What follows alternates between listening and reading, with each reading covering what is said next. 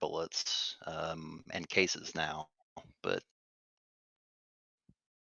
But the you still need. argument is it's going to basically get to that point.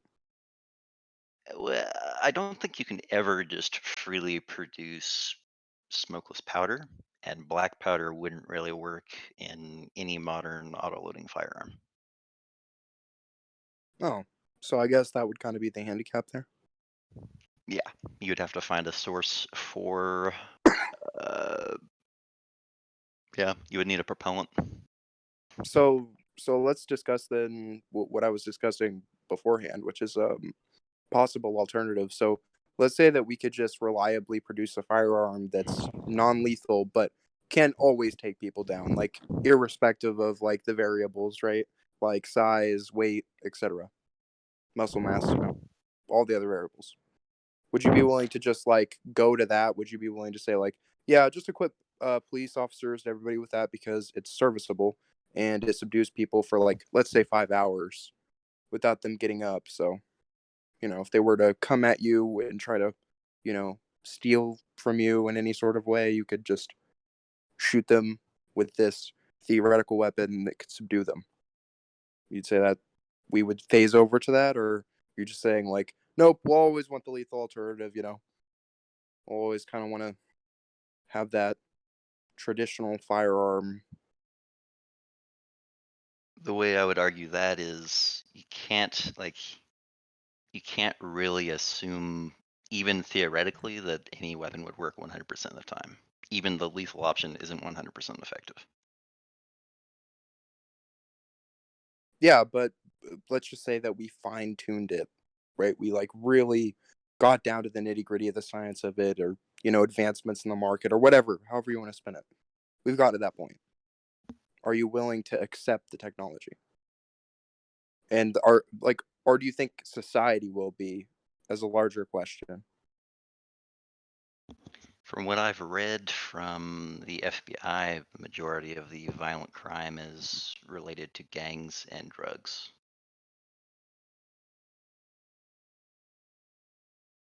Yes, but there's still some that are attributed to, well, avoidable situations, let's say. But it's like at a 90% plus rate that violent crimes are committed by those sources. Sure, from like a consequential perspective, I couldn't argue that. I think that's kind of one of the problems with implementation, especially in the U.S., is that like gun crime is especially low, and people who own firearms are like particularly uh, well off with them. Honestly, they don't seem to do anything weird in the U.S. with them. So yeah, I basically agree with that point. I mean, I think it's definitely ideal for us to go to the non-lethal alternative if it does exist. If we can get to that point where we can reliably produce this 100% of the time. But like you said, maybe impossible to get to that point. I certainly don't know. Like even considering firearms, there's like no 100% one stop shop for even for firearms. So to get some Sure, type but of but I guess the argument here is that like we develop new systems of understanding weaponry, right? Like weapons would kind of work a little different than maybe traditional weapons, right? No gunpowder, none of that. It would be a different kind of weapon. It would be like a firearm reimagined, right? That's like kind of just like on a theoretical premise of it, it will 100% absolutely work without fail, no consideration of. no. It would just be because of design. Like it wouldn't be because just wishful thinking. It would be because it has thought put into it. No, no, no. And I'm just saying on a theoretical basis that there is no malfunctions, there are no um, resistances that the human body will have to this weapon. I mean, it obviously in testing, they're probably going to have some let me just say this: I don't think if it was wide scale implemented that it would have adverse effects on the population. Like I know what you're asking. Like, would certain people have certain reactions to it? Um, No, those no. things would be I'm just saying, okay. what type of reactions would the human body have to counteract the effect of the weapon to prevent it from being effective? I wouldn't know that. So, for example, a taser that you can launch probes, simple clothing can get in the way and prevent an electrical connection to the taser. Yeah. That happens all the time when police are deploy them in those situations. Yes. So theoretically, even if there was no way for that weapon to be ineffective, theoretically, would I support it? Sure. Yeah, that's basically my only argument against just having non-lethals is the fact that they're not effective. Even firearms aren't effective 100% of the time. Sure. Yeah. I guess what I'm saying is that non-lethals would be reimagined, right? That you'd have like something that would be effective, more Yeah, effective than I would. tasers, because tasers aren't very effective. Like we've seen that. Yeah, They're I would. pretty I would agree ineffective. with that. Yeah, they're bad. They're not good. So, yeah, and obviously, I'd much rather have a firearm. Like me personally, like even me, if I had the option, if I had like the excess money, I would probably buy a firearm just for safety and protection and stuff because it's the most reliable way to protect yourself as of right now. Um, and I have the legal right to it as of right now. So, but obviously, I think that firearms do contribute a great deal to suffering in the modern world. Um, Although I think that if it was to be taken from, say, U.S. society, if it was to be like gun control, that would probably cause a great deal of issues because culturally, the way the U.S. is. Um, I don't so object it's to any of that. yeah, it it's really complicated, but um, yeah, I think the future is really where we have discussions about whether or not we can get rid of guns. We just really need to figure more things out, you know, about weaponry. Well, there's other screwed up things like during Corona, there's a large contingent of Asians that come up as first time buyers, and they explicitly say that they've been threatened purely for Corona related reasons. And I'm just thinking how absolutely ridiculous that is. Yeah, it's bad. People think they've transported Corona to from wherever they think they are. Yeah, just because they're Asian. Yikes.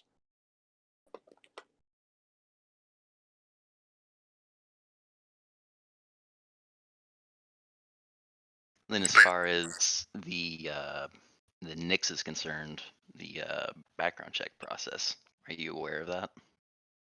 I'm not super familiar with the background check process. No. So, federal law states you come into an FFL or any type of gun dealer, you will go in, you'll fill out a form 4473, which is the firearms transaction record for any state, um, unless they have something more stringent than the federal mandate, uh, depending on state, then you would fill out more paperwork or wait longer or have more restrictions after that. But generally, you'd go in, fill out the 4473, and then the clerk, whoever's selling you the gun, would run the background check on you. And what does that consist of?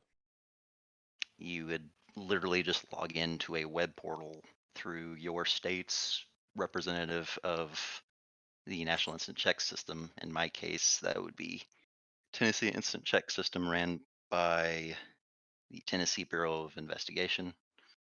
They would send in your driver's license or carry permit number. It would come up with your information. You would double check that information is correct with the applicant, and then you would submit make, model, and serial number and description of the firearm that they're applying to buy. Yeah, that seems pretty easy to me. Seems like there needs to be a little bit more um of a process to that. But there's a problem with that because there is no state mandate of states communicating with each other for a database of criminal record. So you could commit a crime in Michigan and go and apply in Nevada and get past a firearm. They wouldn't pick up criminal records sometimes. Yeah, that's pretty terrible. Plus, you have the other issue of uniformed police officers, people with handgun carry permits, people with military IDs, previously been checked out by the government as far as their background history, criminal or otherwise, and then they would get denied. Hmm. There is no legal requirement of the system spitting out why they were denied. But all you would see as the person running the background check is this person is denied. Here's the confirmation number for the transaction, and they're denied, and they don't even know why. Seems like this whole system sucks. Yeah, I don't trust it at all whatsoever.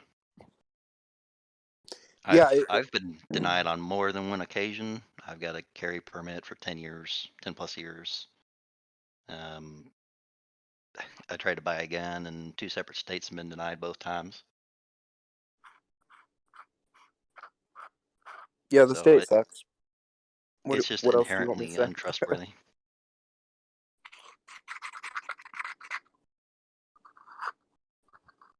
But like if they were to theoretically fix it to where you would have either mandatory cooperation between states or a federal criminal database, that would improve it. For sure. Yeah, that absolutely would. It definitely catch a lot more criminals that way. They were trying to Well, capture. now it's not really clear to me if the number of total denials is like actually good, mostly good, or mostly bad, or just mostly fraudulent. When the system is that ineffectual, how would you even know?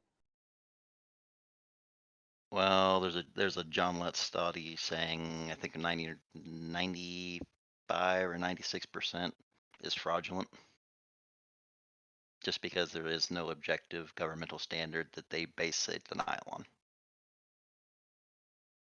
Yeah, if that's the case, I think we need to really seriously rethink how we instituted that system.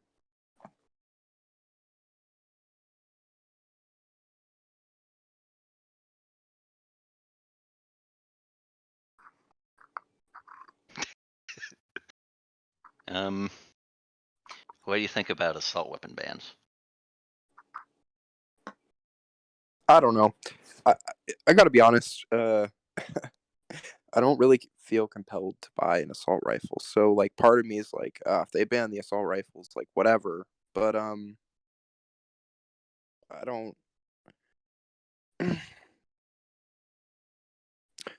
If it would lower the amount of like mass shootings and shit we see, um, maybe. But there's problems with that. Like, people do modified weapons, so they can basically take a semi-automatic rifle and just make it automatic. So there's ways around it. Um, but yeah, in a world where it reduces violent crime, sure, I'm willing to like not have access to assault rifles that I would probably never use anyways. You know, and then in What's that world, there's still like hunting rifles, so it's like you could still hunt or whatever you need to do. what's your definition of assault weapon or rifle? I just mean like full auto, like I mean like AK-47 stuff like that. Like I don't know, I don't know a great deal about guns, man. Well, 99% of Americans don't own assault rifles. That's totally fiction. Sure, yeah. I mean, look, I I'd be willing to believe that statistic. It's just, I think that there are some mass shootings that might have been avoided if there wasn't such access to full auto assault weapons, and that like if you know by banning those things, not allowing access to those things, right, it reduced such events, like the fatalities or whatever. I'd be happy with that. Like maybe they went in with a pistol, but they actually got shot down. Like that to me seems acceptable.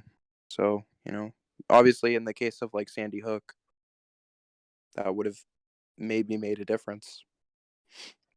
Sandy Eh, Hook eh. weapon was semi-auto only. It wasn't a machine gun. Oh, really? He didn't use any full auto. No, none of that was full I auto. completely misremembered that shit, man. But didn't the Las Vegas shooter use a full auto? That's all semi-auto. Dude, that shit Those sounded 23 full auto. weapons he had, the 22 rifles that he had, those are all semi-auto, and he committed suicide with the third, which was a revolver. Columbine? Columbine was semi-auto as well. Can you name one full auto? I think it was 93 or something. It was the North Hollywood shootout. Okay. What about what is it? Virginia Tech? That was two handguns, Tw- semi-auto. Fuck. There really Yeah. aren't a whole lot of instances of full auto mass shootings, huh? There really Well, aren't. I'm trying to are there? I'm trying to think of like one instance. 1993, North That's it? Hollywood shootout. That's it. And that involved organized gang members, as far as I can tell. How many people died? Uh, Not many. It was a robbery. Yeah, I see. They basically shot at police and they took drugs to where they couldn't really feel pain. And it's why SWAT was created. It's because they had to deal with that with nothing Fuck. but pump action shotguns and semi-auto pistols. Well, I mean, point still stands though. Even if there aren't a whole lot of shootings where they're full auto, I mean, technically that could still be used for devastation, right? I mean, we can What all can? see that clearly. Like, if you bought an AK-47, we all know that could be used for like complete devastation. Like, if I invite 40 people over to my house and I have an AK-47 and I come out the corridor of my closet with it fully loaded, I'm just saying, and I start spraying, like, I'm just saying. I think we all know the devastate, like, you know what I mean? Like, let's not act like that isn't something that could happen if you're just like really set on doing something insane like that. I mean, are we okay living in a world where somebody could get approved through these really rudimentary, like you said, background checks and, gain access to these full auto weapons and they could just, nuke their whole family just because why not? Are we okay being in that world? Just being at the whim of some mentally ill lunatic at any minute? I don't know. To be perfectly fair, I could nuke my entire family with my handgun, and that's semi-auto. I'm just saying that, you If know I what I'm wanted to saying. kill everybody, I would just wait until they go to sleep, and then I'd shoot them in the back of the head. Done. Oh, okay. That's oddly specific. But look, dude, I'm just saying that, like, obviously an AK-47 is going to be, like, pretty devastating. Like, you know, pretty devastating, like, to a group of people. Like, if you invite, like, 40 people over at your place and they're all in your living room and you just, like, unload a mag into that crowd, you could kill, like, 20 people, like, easily. Well, Virginia Tech was 30 plus, and that was two handguns. Sure, I'm just saying that, like, eh? So it really depends I mean, what I'm just range. saying, look, do you think you could like massacre 30 people with two handguns? I gotta be honest, I'm a pretty good shot. I don't think I could land all those shots. I don't think I could land all those shots. And was that guy Asian? Cause like I don't know if it was the maths, but dude must have been hitting I those He was headshots. Asian, yeah. Yeah, he must have been hitting those headshots, man. Um, Well, but you incapacitate someone by shooting them, then you run up point blank and shoot him in the head, which is what he did. oh, for real. The reason why it was so deadly to begin with was he did a lockdown of the school. He chain locked the doors, the exits, so the only other option was to go through windows or face him in the corridor. Oof, that's some pussy shit, actually. Oof. But as far as doing a lot of damage, I could do that with my Glock 19. I mean, it's 15 and 1. I mean, That's one magazine. sure, but like you do realize it takes more skill, technical proficiency to utilize even one or two handguns than it is like an AK-47. Like you have that loaded, you rip and roll it from the hip. I mean, that thing can fucking devastate, and it doesn't take any effort. Like, but it does take some effort with the handgun. You have to aim. You have to have some technical skill there. That But you have to both account for things. You also have to be calm under pressure to some extent because you could be kind of a nervous motherfucker and kill a group of motherfuckers with a AK-47. If I'm nervous with handguns and shaky, I might not hit my shots. That's the difference between life and death. Like that's what I'm saying. Like I feel like you're drastically underestimating the skill of these people who got all these kills with fucking pistol, right? They clearly had some skill with the handgun. Well, no, hold on. 87% of the gun homicides in the US is all handgun. Sure, Handgun. And the majority of them consist of within 3 yards. sure, I got you. If depending on your definition of mass shooting, most mass shootings are committed with handguns too. Okay. So even Look, I'm not even making I'm not making a statistical argument. I'm just making an argument from like, look, it could happen in the future, right? Like, do you want to live in a world where X could happen, right? I'm kind of appealing to that part of you, where you don't want some madman to jump out of a closet with his arms all sweaty and his hands sweaty and nervous and just rip and roll a fully loaded AK-47 and just nuke your whole family. Just a flash your before your eyes. That's not the kind of world I want to live in. they could nuke With my family terrible with a background handgun. checks. What? They could nuke my family with a handgun. It doesn't really matter if they had an AK or not. Okay, So they're- so somebody comes out with a Glock 18 in one scenario, and they come out with an AK-47 the other, and in both scenarios they're nervous. Which scenario do you think you would rather be in as the supremely nervous, anxiety-ridden individual? The handgun or the AK-47? Which do you think is going to be like going to increase your chances of survival against 40 people who could just like realize that you're not good with a pistol and just like mob you and beat you with it? Like, you know what I'm saying? Like, let's say you come out with a pistol, you're all cocky, and you just like miss your first shot or something. the You only know? the only time I would try to use a rifle caliber if I'm trying to defeat pistol armor. That's the only reason I would use a rifle over a handgun or two Well, handguns. that's fine. That's the only reason why you would. But I'm just saying, as somebody who would be in that position, as somebody who's inexperienced with firearm, who do you think is going to be able to come out of that situation alive? Out of the two, an inexperienced madman. Would you rather have them be able to shoot one round off at a time, have to aim each shot, or be able to rip roll in any direction a 30-round mag and be able to devastate huge crowds of people? Which ones do you think is going to be more effective in the hands of an untrained madman? I think the rifle, man. Are you trying to argue if the NFA was or wasn't in place? I'm confused. Sorry, if I'm arguing if what is in place? The NFA, the National Firearms Act, And the National Firearms Act is? it's the federal law against machine guns, suppressors, short barrel rifles, short barrel shotguns, disguised So firearms. so we basically already have an effective ban against assault weapons.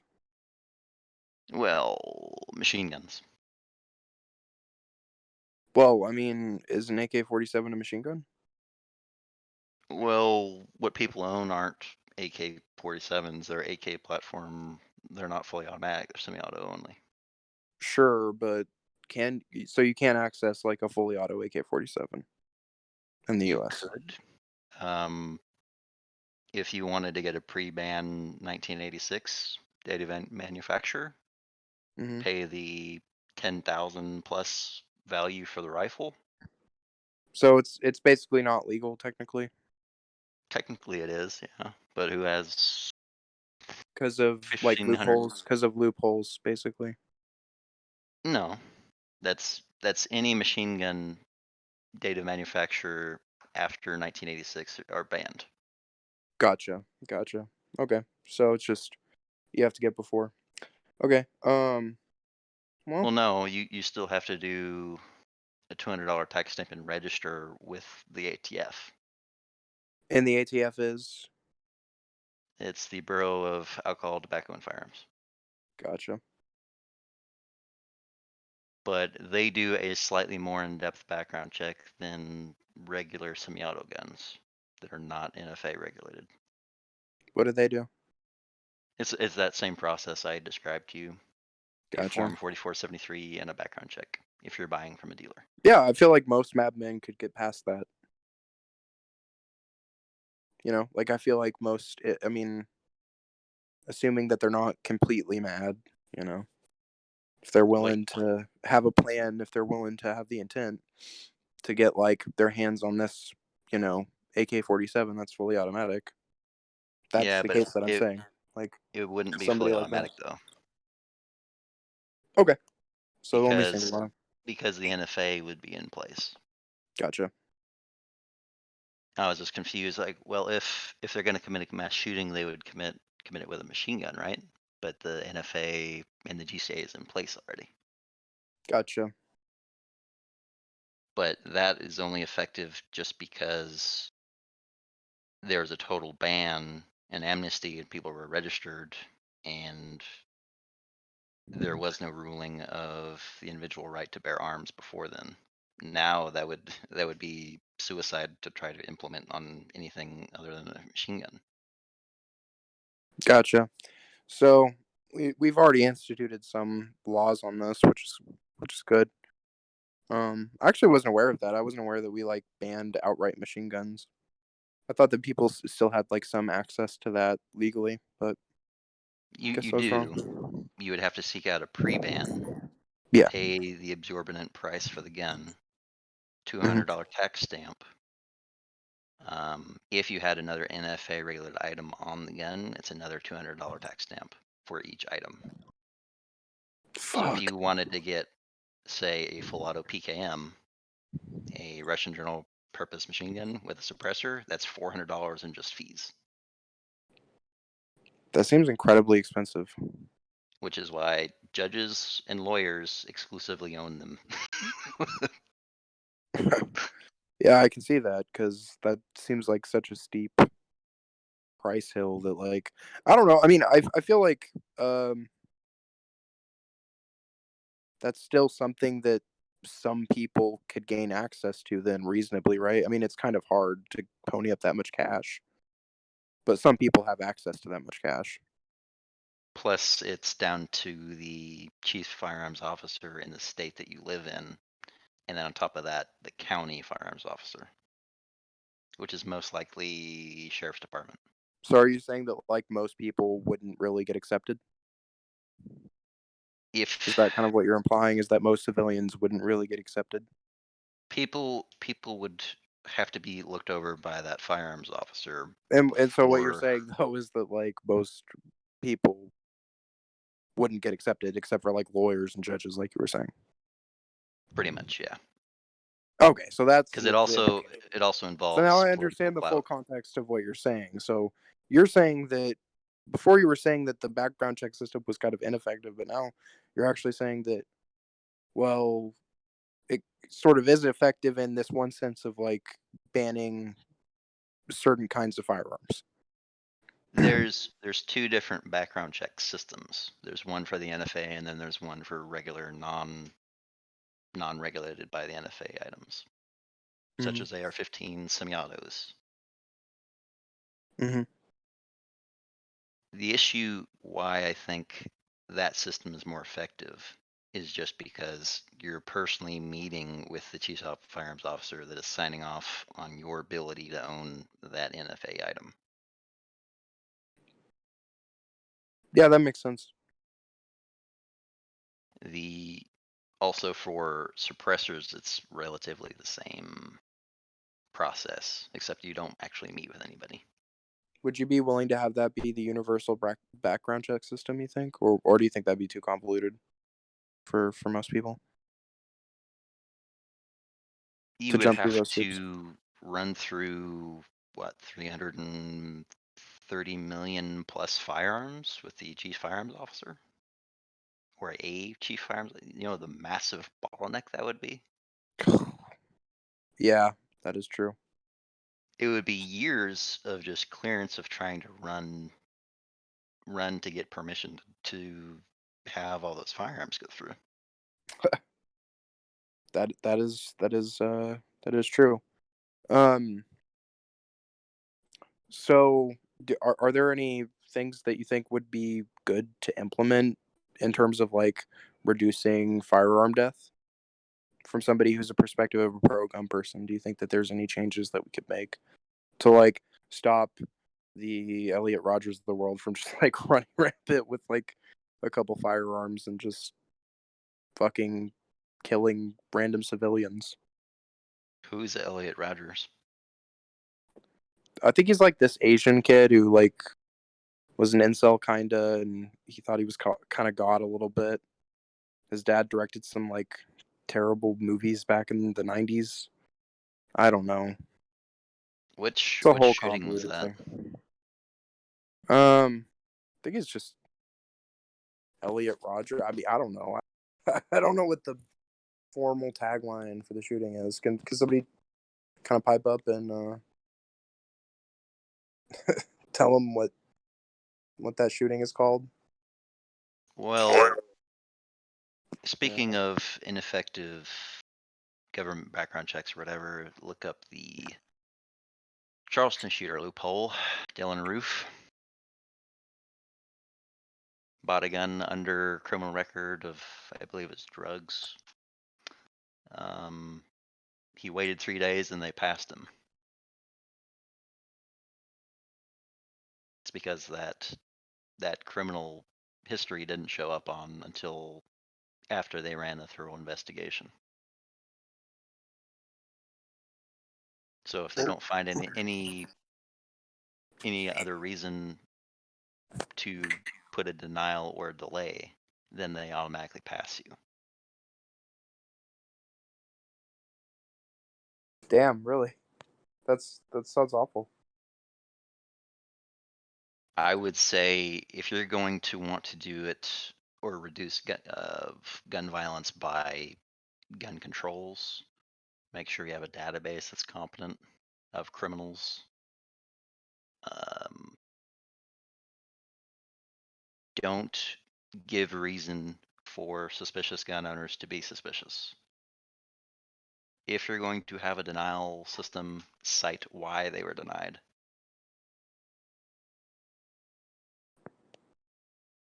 The appeals process is kind of disgusting too. What's wrong about the appeals process? Okay, so there is no requirement for the dealer that you apply to buy a firearm to submit an appeal form to either the state representative of the Knicks, or if you buy at a gun show or privately, there's no requirement there. Supposing a state that you're in requires a background check. Why is that?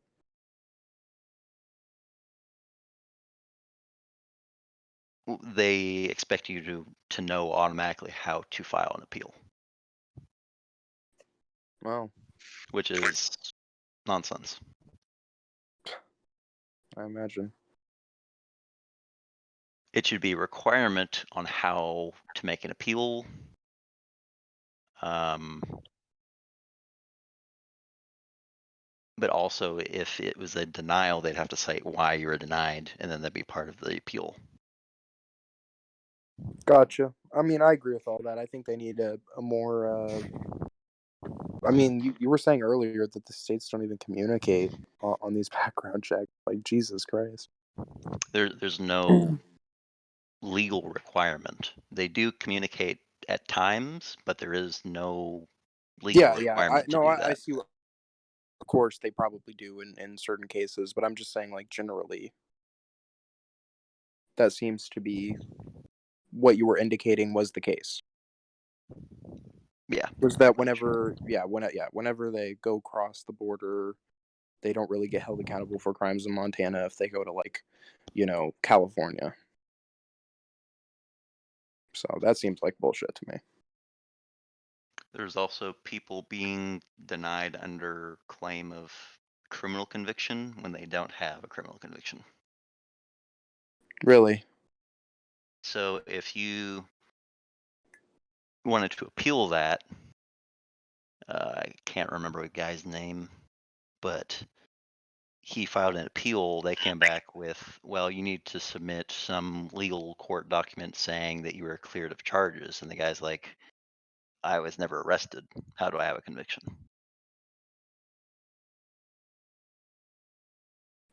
Jesus. So they're saying either they had the wrong guy or they just tacked on a criminal charge onto this guy's identity. Must have just been like something wrong with their documentation.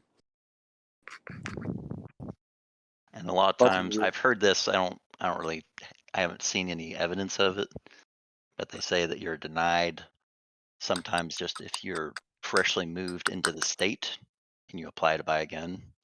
It's like, well, this guy moved in here and he's been here about 6 months or so. It's like, okay, automatic denial. And I don't agree with that.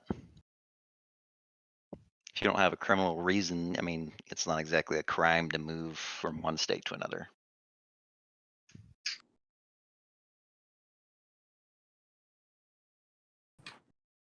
Then there's weird stuff like U.S. Marshals getting government vouchers to buy a gun and then getting denied.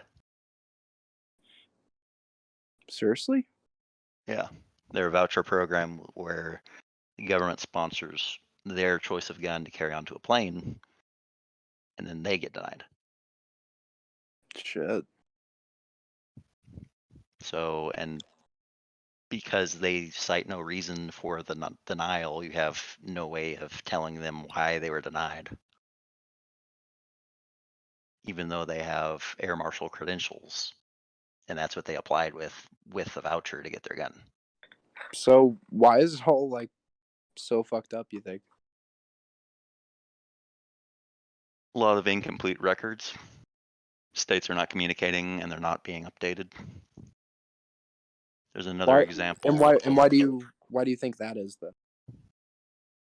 well, there's another example of court court there'll be overturns and sealing of records. Felons that get a pardon from a governor will have their records sealed, basically no different than a person that's never committed a crime before. So if that information never gets sealed properly, then that guy comes up with a felony record and gets denied, even though he's been pardoned. Oh, It's just a lot of really crappy clerical errors and no real good system of there's no unifying system to keep that updated. Sounds pretty shitty. Yeah. You got any other controversial views that you'd like to debate? Because I'm probably not going to disagree with you too profoundly on this. What about carrying a firearm? What, like open carry? Open carry, concealed carry, long gun carry.